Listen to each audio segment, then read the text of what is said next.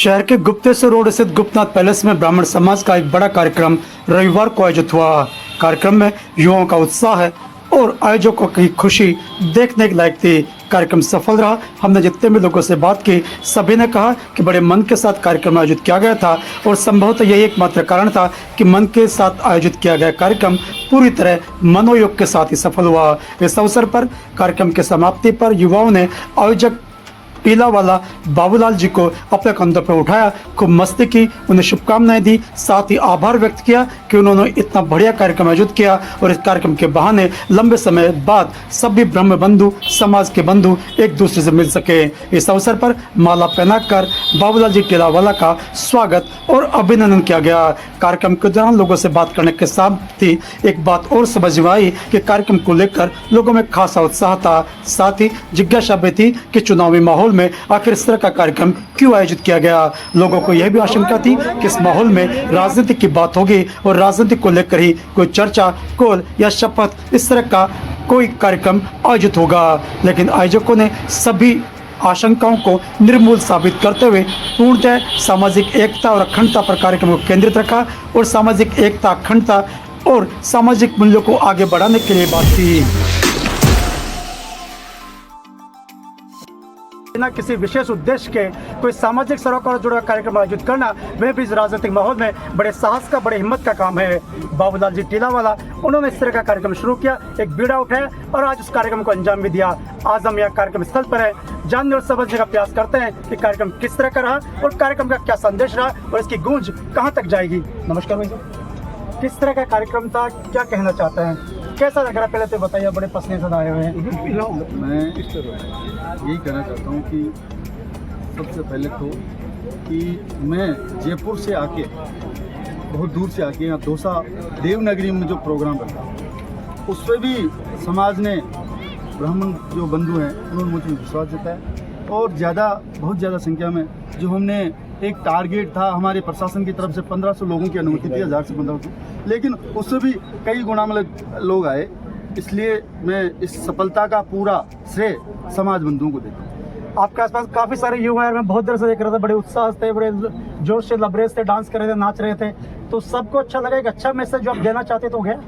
ये तो उन भाइयों का मेरे प्रति प्यार है, तो खुशी का माहौल तो है। जब पूरा परशुराम परिवार यहाँ मौजूद है तो उसी की खुशी में ये तो डांस हो रहा था। वर्तमान जो माहौल है, इस समय चुनाव चल रहा है, इस समय लोग हर आदमी जब एक कार्यक्रम का अनाउंसमेंट होता है, हर आदमी सोच रहा था चुनाव से जुड़ा हुआ कोई मुद्दा होगा, राजनीति से कोई एंगल होगा, इस तरह कोई बात यहाँ पर हुई?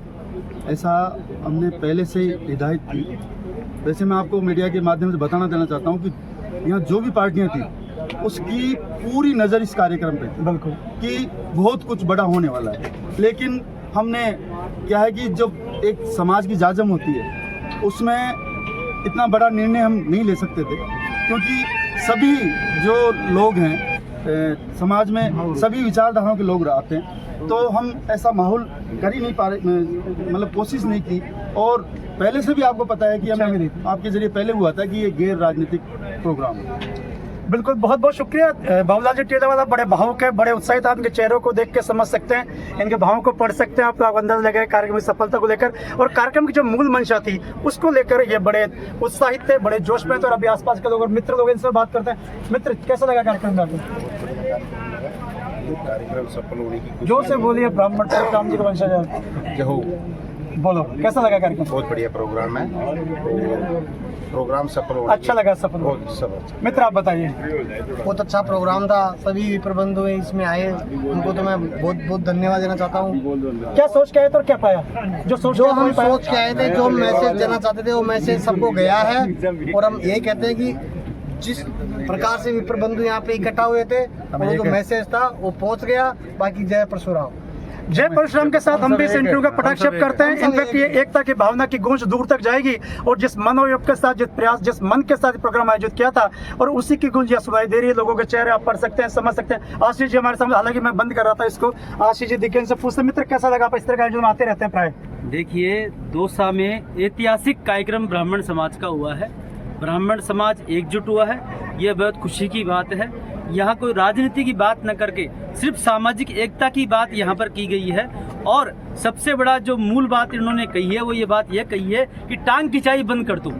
हाथ से हाथ बढ़ाना सीखो, टांग खिंचाई को बंद कर दो। मैं धन्यवाद देना चाहूँगा टीलावत जी को, उन्होंने दौसा की धरती पर ब्राह्मणों की एकजुटता को लेकर इतना बड़ा कार्यक्रम कर लिया, इसके लिए बहुत बहुत धन्यवाद। जय परशुराम, जय हिंद, जय भारत। कोई भी कार्यक्रम आयोजित करना बड़ी बात नहीं, इनफैक्ट बड़े बड़े कार्यक्रम आयोजित होते हैं, सभी बड़े बड़े हुए हैं और आगे होते रहेंगे, लेकिन जिस कार्यक्रम के मूल मंशा पर सवाल उठा जाए उसके बाद उसकी सफलता अगर कायम होती है तो अपना में एक रिमार्केबल है, उल्लेखनीय। शिवचरण जी भाई साहब हमारे साथ है, कवि और कविता के साथ। कोई बात नहीं, आप सवाल कैसा लग रहा है आप यहाँ पे? बहुत बेहतरीन कार्यक्रम रहा और बाबूलाल जी टीलावाड़ा एक सामाजिक सोच के आदमी हैं। जी, विशेष बात यह रही कि इसमें किसी भी राजनीतिक व्यक्ति को मंच नहीं प्रदान किया गया। ये इतनी बड़ी बात है, इतना बड़ा आयोजन, वो भी इस राजनीतिक माहौल में, वो इस राजनीतिक माहौल में। और आज जो विप्र बंधुओं ने जो ये दिखाई है अपनी एकजुटता, ये निश्चित रूप से इस बात का प्रमाण है कि बाबूलाल जी का जो कार्यक्रम है वो 100% नहीं, 110 अगर होता हो तो मैं वो भी कहूँगा कि 110% सफल रहा है। आप सभी युवाओं की टीम को साथ लेकर और इस प्रकार के आयोजन जो केवल और केवल सामाजिक समरसता का संदेश देते हैं, ये एक ऐसा प्रोग्राम है जो सबको सामाजिक रूप से एकजुटता करने का प्रयास किया है। धन्यवाद। चलिए, बहुत अच्छी बात है, सामाजिक एकता और अखंडता बनी रहे, आगे बढ़ते रहे, हमारे मनों को जो प्रेम है वो आगे बढ़ता रहे। बाबूलाल जी टीलावाला जिंदाबाद, बाबूलाल जी टीलावाला जिंदाबाद, बाबूलाल जी टीलावाला जिंदाबाद।